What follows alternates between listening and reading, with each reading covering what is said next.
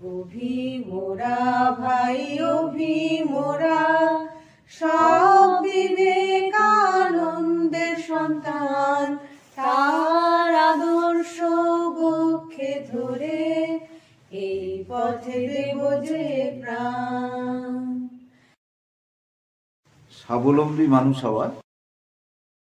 সমাজকে ভালোভাবে চিনুন, বুঝুন, লক্ষ্য করুন সমাজের ইমার্জিং ট্রেন্ডগুলিকে। শিল্প সংস্থায় অটোমেশন দ্রুতগতিতে চালু হচ্ছে, রোবট এলো বলে। কত আগে মহারাজ লিখে গেছেন, তখনও আর্টিফিশিয়াল ইন্টেলিজেন্স আসেনি। এই অবস্থায় যখন মেশিনই অধিকাংশ কাজ করবে, টিকবে কে? আজ যে কোম্পানিতে 100 জন ইঞ্জিনিয়ার কাজ করেন, 5 থেকে 10 বছর পরে সেই কোম্পানি অনেক কম ইঞ্জিনিয়ার দিয়ে সেই কাজ করবে, করা শুরু হয়ে গেছে। অত engineer, accountant, supervisor, manager, typist দরকার হবে না। সফটওয়্যার বিশ্বের সবচেয়ে বিখ্যাত কোম্পানির হেড অফিসে মাত্র 17 জন কর্মী। মেগা ট্রেন্ডস কোম্পানি, যা পৃথিবীর 42টি দেশে কাজ করছে, তার হেড অফিসে মাত্র 4 জন কর্মী। আমেরিকায় রপ্তানি বাণিজ্যের 50% নিয়ন্ত্রণ করছে যেসব কোম্পানিগুলি, তাদের কর্মী সংখ্যা প্রতি কোম্পানিতে 20 জনেরও বেশি নয়। মাত্র 2 জন কর্মী নিয়ে চলছে বিশ্বখ্যাত ওয়েস্টার্ন আই প্রেস। ভারতেও এই ট্রেন্ড শুরু হয়ে গেছে। এই পরিস্থিতিতে টিকবে কে? কি করলে আপনি এই অবস্থায় বেঁচে থাকতে পারবেন? বেকার সমস্যা বাড়বে বলে তো আর কোম্পানিগুলি উন্নত প্রযুক্তি বা টেকনোলজিকে বন্ধ করে দিতে পারে না। কারণ লেটেস্ট টেকনোলজি বা মেশিন ব্যবহার না করলে আপনার পণ্যের গুণমান উন্নত হবে না, ফলে বাজারে আপনার মাল বিক্রি হবে না। উদাহরণ দিয়ে বলি, আগে প্রিন্টিং প্রেসে, লেটার প্রেসে কাজ হতো। একটা একটা করে টাইপ বাক্স থেকে নিয়ে কম্পোজ করতে হতো। এখন চলে এসেছে কম্পিউটার। আপনি ইচ্ছে মতো টাইপ বদলাতে পারেন, গ্রাফিক্স ব্যবহার করতে পারেন। আগে যে কাজ 1 ঘন্টা লাগতো, এখন সেই কাজ 10 মিনিটে হয়ে যায়। ঘরে জায়গা কম লাগে, যতদিন ইচ্ছে কম্পিউটারে মেমোরিতে কম্পোজড করা টেক্সট রেখে দিতে পারেন, ইত্যাদি ইত্যাদি। হ্যান্ড কম্পোজিংয়ে 5 জন কর্মী আগে যে কাজ করতেন, এখন সেই কাজ 1 জন কর্মী করে দিতে পারেন। এত কাজ বা কম্পোজিং, প্রিন্টিং ভালো হচ্ছে, সময় কম লাগছে, খরচ কম হচ্ছে। আপনি যদি এই আধুনিক প্রযুক্তি ব্যবহার না করেন, তাহলে আপনারই গ্রাহক কমে যাবে। আমার বাংলা হাতের লেখা এত বাজে যে আমার লেখা কম্পোজ করার সময় সব প্রেসের কম্পোজিটর মশাইরা মনে মনে আমায় গালাগালি করেন। কিন্তু ইংরাজির বেলায় এই ঝামেলা নেই। বিদেশি ফ্লপির দাম 150 থেকে 200 টাকা। মহারাজ যখন এই বই লিখছেন, তখনও ফ্লপি চলে। নিশ্চয়ই তোমাদের ফ্লপি মনে আছে, সিডির আগের ভার্সন যেটা। বিদেশি ফ্লপির দাম 150 থেকে 200 টাকা।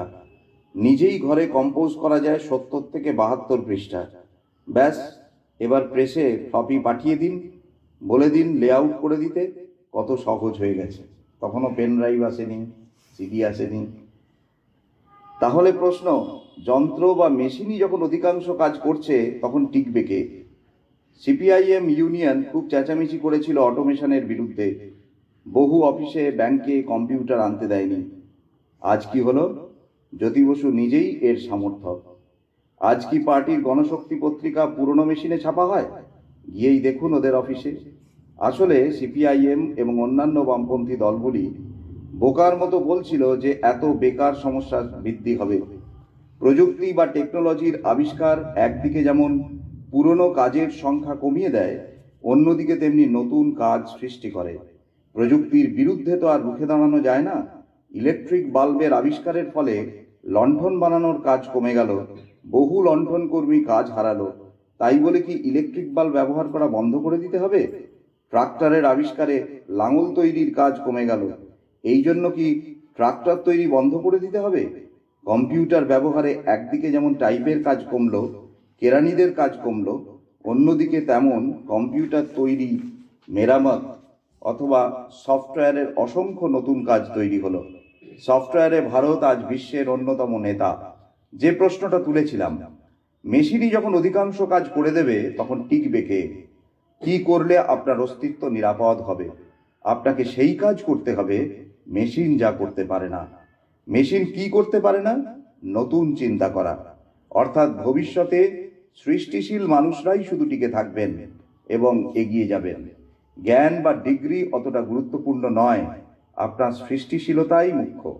বিশ্ববিদ্যালয়ের একজন ডক্টরেট প্রফেসর প্রতি মাসে যা আয় করেন, বর্তমান লেখক একদিনেই তা উপার্জন করেন, যদিও তিনি একজন সাধারণ অনার্স গ্র্যাজুয়েট মাত্র। কারণটা কি? দুজনেই তো পড়ান, ক্লাস নেন। শুধু জ্ঞানার্জনে লাভ নেই যদি না এই জ্ঞানের ব্যবহারিক প্রয়োগ করা যায় নতুনভাবে। কম্পিউটারের মধ্যে অনেক জ্ঞান।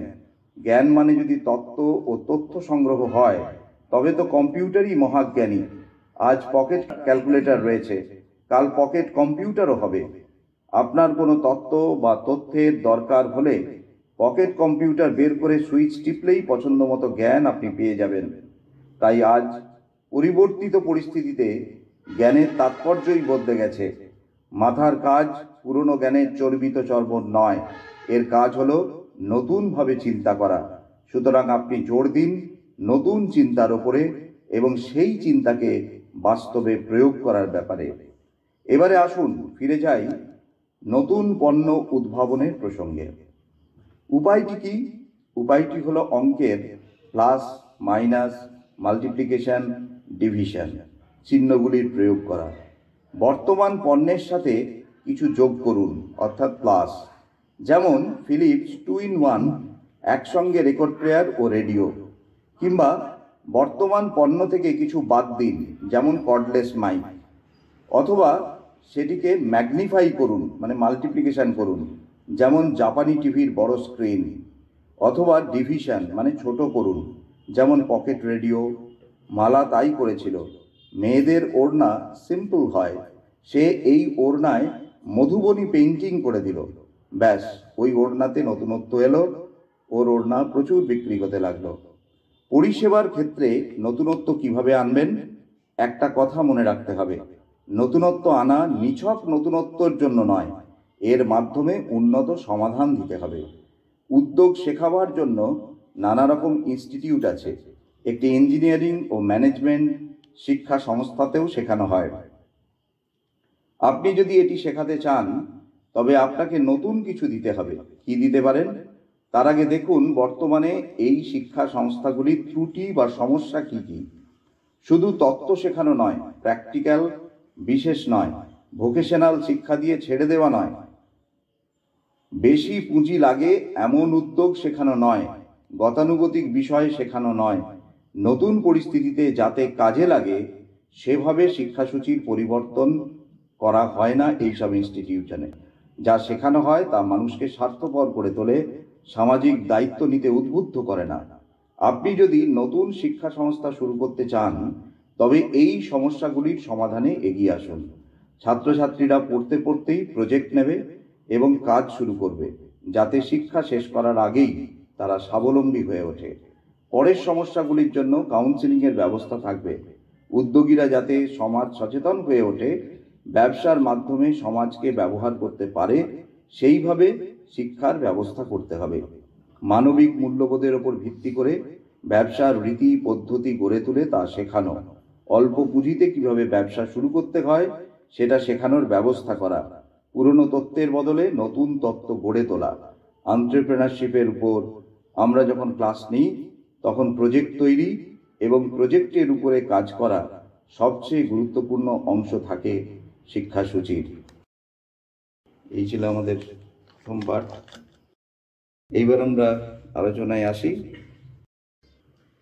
মুক্তির পথ হচ্ছে, এক হচ্ছে তোমাকে প্রথমত হচ্ছে ভাবতে হবে, ভাবা প্র্যাকটিস করতে হবে।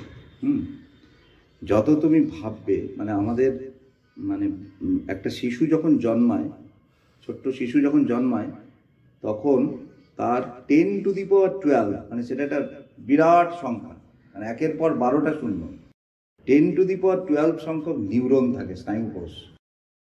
এবং সেটা কয়েক বছরের মধ্যে, 1-2 বছরের মধ্যেই সেটা নেমে আসে 10^11-এ। ঠিক আছে, 10^12 থেকে 10^11, এটা কিন্তু অনেকটা ড্রপ করে। শুনে মনে হচ্ছে যে 10^12 বা 10^11 কিছুই নয়। যেমন ধরো 10^4 আর 10^3, দুটোর মধ্যে আকাশ পাতাল তফাৎ। 10^4 মানে 10,000 টাকা, আর 10^3 মানে 1,000 টাকা। 1,000 আর 10,000, 90% কমে গেল। তাহলে 10^12 থেকে 10^11 হয়ে যায় 1-2 বছরের মধ্যেই। তারপর সেটা মানুষের আরো ড্রপ করে। কেন করে? তার কারণ হচ্ছে, বলছে আমাদের এই স্নায়ু কোষগুলো, ভগবান বা প্রকৃতি যাই বলো, আমাদেরকে সব সম্ভাবনা দিয়ে পাঠায়, কিন্তু শিশুর অভিজ্ঞতার মধ্যে যে ভাবগুলো আসে না, যে সংবেদনগুলো আসে না, সেই ধরনের ভাব এবং সংবেদন বহন করতে পারে যে স্নায়ু কোষগুলো, সেইগুলো আস্তে আস্তে শরীর অফ করে দেয়। কারণ শরীর কিন্তু একটা অসাধারণ ম্যানেজার। যে ডিপার্টমেন্টটার কাজ বন্ধ হয়ে গেছে, অযথা সেই ডিপার্টমেন্টটাকে সে চালু রাখে না, কারণ অযথা শক্তি ক্ষয় সে হতে দেয় না। ওই জন্য দেখো আমাদের অ্যাপেন্ডিক্স ছোট হয়ে গেছে, ঠিক আছে, আমাদের লেজ খসে পড়েছে, মানে এগুলোর আর দরকার নেই। তারপরে অন্যান্য প্রাণীর যেরকম লোম, এই ঝাঁকড়া, ধরো বাঁদরদের বা গরিলা, মানুষের লোম কিন্তু অনেক কমে গেছে। তার কারণে আমরা যেহেতু পোশাক পরি, আমাদের অত লোমের আর প্রয়োজন নেই। ঠিক আছে, এই যে ব্যাপারগুলো, শরীর অপ্রয়োজনীয় জিনিসগুলোকে কিন্তু সবসময় ছাঁটাই করে দেয় শক্তি বাঁচানোর জন্য। ন্যাচারালি ও যখন দেখছে যে ওই ধরনের অভিজ্ঞতা, ওই ধরনের সংবেদন তার প্রয়োজন হচ্ছে না, সে সঙ্গে সঙ্গে ওই স্নায়ুগুলোকে অফ করে দিচ্ছে। অফ করে দিয়ে আমরা কি করি? দেখবে একটা 40 বছরের লোক, তুমি দেখলেই বুঝতে পারবে, সে গতানুগতিক কয়েকটা কাজে অভ্যস্ত হয়ে যায়। তাকে তুমি নতুন কিছু একটা কি করতে বলো, তখন সে কিন্তু আর রাজি হবে না, বলবে হবে না। কিন্তু একটা দেখবে ছোট ছেলের মধ্যে অনেক নতুন কাজ, নতুন চিন্তা, নতুন ভাবনা, চট করে কিছু একটা প্ল্যান দাও, বলবে চল করবো। কিন্তু একটা 50 বছরের লোককে প্ল্যান দাও, করবে না। গতানুগতিকতার বাইরে সে বেরোতে পারে না, কারণ তার কিন্তু নিউরনগুলো আরো কমে এসেছে। ওই যে কটা কাজে লাগে প্রতিদিন, সকালবেলায় বাজার করা, অফিসে যাওয়া, গুটি কয়েক কাজ করা, বাড়িতে এসে হয়তো ছেলে মেয়েকে পড়ানো, ওই জন্য যে কটা স্নায়ুকোষের প্রয়োজন, সেই কটাই তখন কাজ করছে আর কি, বাকিগুলো সব অফ হয়ে গেছে।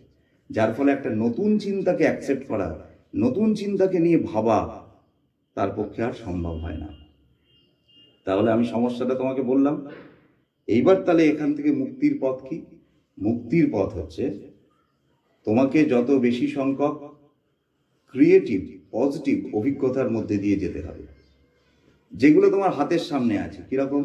যা যা তুমি সুযোগ পাচ্ছ, তোমাকে পড়াশোনা করতে হবে, বিভিন্ন ধরনের বই পড়তে হবে, শুধু ওই সিলেবাসের কটা বই নয়। তাতে কিন্তু ওই নিউরনগুলো কি করছে, ও কিন্তু আরাম পেয়ে গেছে, ও ওইটুকু পড়বে, ওইটুকুই আমাকে হেডেক নিতে হবে, সেটা নয়।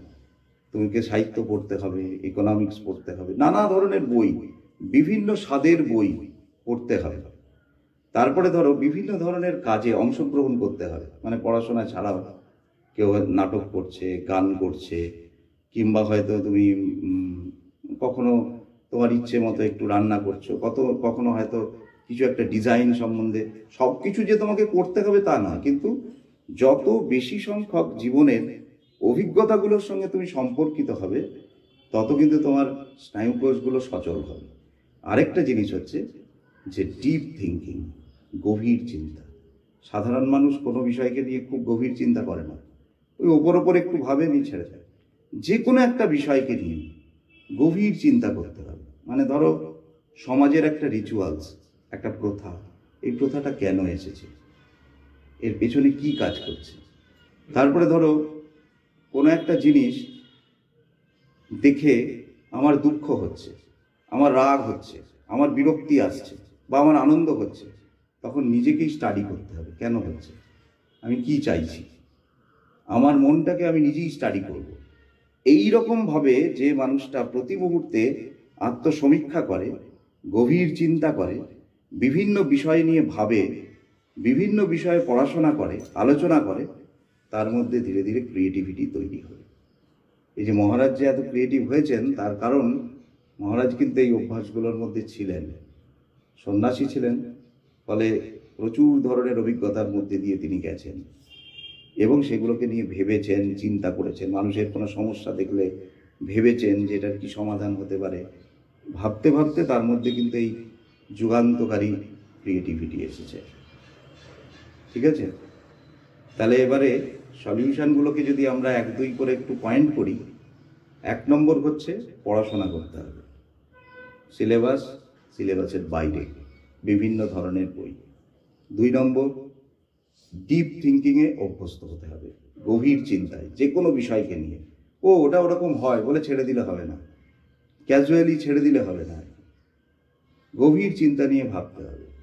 ঠিক আছে, একটা বাউল গান শুনলে ওই বাউলটাকে নিয়ে ভাবতে হবে যে এই বাউল সম্প্রদায়টা এলো কোথা থেকে। এইরকম যখন প্রশ্ন আসবে তখন তুমি সেটা নিয়ে অনুসন্ধান করবে যে কিভাবে বাউল সৃষ্টি হলো, কিভাবে এরকম বাউল গান সৃষ্টি হলো, কে সৃষ্টি করলো, সব কিছু নিয়ে প্রশ্ন করা, এই যে ডিপ থিঙ্কিং করা। ঠিক আছে, আর 3 নম্বর হচ্ছে যে মানে অভিজ্ঞতা যত বেশি সম্ভব সব অভিজ্ঞতার মধ্যে দিয়ে যাবে। কখনো কোনো কাজকে ছোট মনে করবে না, সে ঝাঁট দেওয়া হোক, ঘর পরিষ্কার করা হোক, রান্নায় হেল্প করা হোক, পড়াশোনা হোক, সমস্ত কাজ।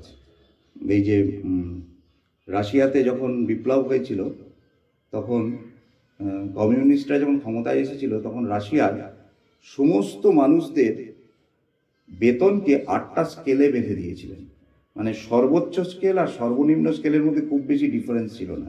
আমাদের এখানে যেমন একটা বিরাট ডিফারেন্স থাকে, তাই না? মানে একদম ধরো যারা টপ মানে ধরো একটা বিশ্ববিদ্যালয়ের ভিসি আর মনে করো একটা সেই বিশ্ববিদ্যালয়ের একজন ঝাড়ুদার, দুজনের মাইনের মধ্যে তো একটা হেলিভেন ডিফারেন্স, তাই না? বিরাট ডিফারেন্স থাকে। এই ডিফারেন্সটা অ্যাকচুয়ালি মানে আমাদের মানে শ্রমের প্রতি যে আমাদের মর্যাদা আমরা দিই না, শ্রমজীবী মানুষদের যে আমরা ঘৃণা করি, সেটার কিন্তু একটা প্রমাণ। ঠিক আছে, যে শ্রম করছে তাকে খুব কম বেতন দেওয়া হয়, যে বুদ্ধি দিয়ে কিছু কাজ করছে তাকে অনেক বেশি ফেসিলিটি দেওয়া হয়, অনেক বেশি টাকা দেওয়া হয়। ঠিক আছে, এবার ব্যাপারটা হচ্ছে যে লেনিন কি করেছিলেন, এই ডিফারেন্সটাকে খুব কমিয়ে দিয়েছিলেন। এই কমিয়ে দেওয়ার ফলে মানে ওখানকার যারা অধ্যাপক ছিলেন, বিজ্ঞানী ছিলেন, তারা খুব প্রতিবাদ করেছিলেন লেনিনের বিরুদ্ধে আর কি। তো বলছেন যে আমরা এত পড়াশোনা করে এত রিসার্চ করে এই জায়গাতে এসেছি, মানে ওদের থেকে আমাদের মাইনের ডিফারেন্স এত কম কেন হবে? তখন লেনিন বলছেন যে আমি 2টো কাজই করেছি, আমি 14 ঘন্টা 15 ঘন্টা 20 ঘন্টা লাইব্রেরি ওয়ার্ক করেছি, এবং তুমি লেনিনের রচনাবলী দেখলেই বুঝতে পারবে যে সমাজতত্ত্বে তার কি অসাধারণ জ্ঞান। হোয়াট টু বি ডান বলে তার একটা বই আছে, কত ডিপলি সমাজের প্রবলেমকে তিনি অবজার্ভ করেছেন আর কি। মানে তার এই গভীর চিন্তা, গভীর রিসার্চ, তার জন্য হয়তো কখনো 15 ঘন্টা 16 ঘন্টা 20 ঘন্টা তিনি লাইব্রেরি ওয়ার্ক করেছেন। বলছে আমি ওই রকম লেভেলের পড়াশোনাও করেছি, আবার আমি এই শ্রমিকদের সঙ্গে কলকারখানায় কাজ করেছি, আবার এই কৃষকদের সঙ্গে কিন্তু আমি দিনের পর দিন মাঠে চাষও করেছি। 2টো কাজই কতটা কঠিন সেটা আমি খুব ভালো করে বুঝি। আপনারা ওই একটাই করেছেন, জান না? একটা কৃষকের সাথে সারা বছর চাষ করে ওই রোদে জলে বৃষ্টিতে, তারপর অত পরিশ্রমের পরে ফসল নষ্ট হয়ে যাচ্ছে, 1 বছর পরে দেখুন না কেমন লাগে। এই যে কনফিডেন্স নিয়ে লেনিন এই কথাটা বললেন, যখন তিনি বলছেন তখন অন্যরা আর কেউ কথা বলতে পারছে না, কারণ সব ধরনের কাজ করে তিনি দেখেছেন কোনটার জন্য কি দরকার হয়। ঠিক আছে, তেমনি একটা মানুষেরও কোনো জিনিসকে কখনো ছোট মনে করা উচিত নয়। সমস্ত কাজই তার অল্প বিস্তর একটু শিখে রাখা দরকার, করে দেখা দরকার, এবং এতে তার জ্ঞান বুদ্ধি বাড়ে। এইভাবেই আমার মনে হয় যে আমরা ক্রিয়েটিভ হতে পারি, নইলে কিন্তু রোবট হয়ে যায়। ওই সিলেবাস মুখস্থ করে আর ইন্টারনাল পরীক্ষা আর হাফ ইয়ারলি অ্যানুয়াল পরীক্ষা দিয়ে, ওটাও কিন্তু one type of robotic life. তার বাইরে কিন্তু আর কোনো চর্চা নেই, চিন্তা নেই, তাই না? ওই রকম হলেই কিন্তু বাকি স্নায়ুকোষগুলোকে অফ করে দেবে শরীর। ঠিক আছে, এই পর্যন্তই।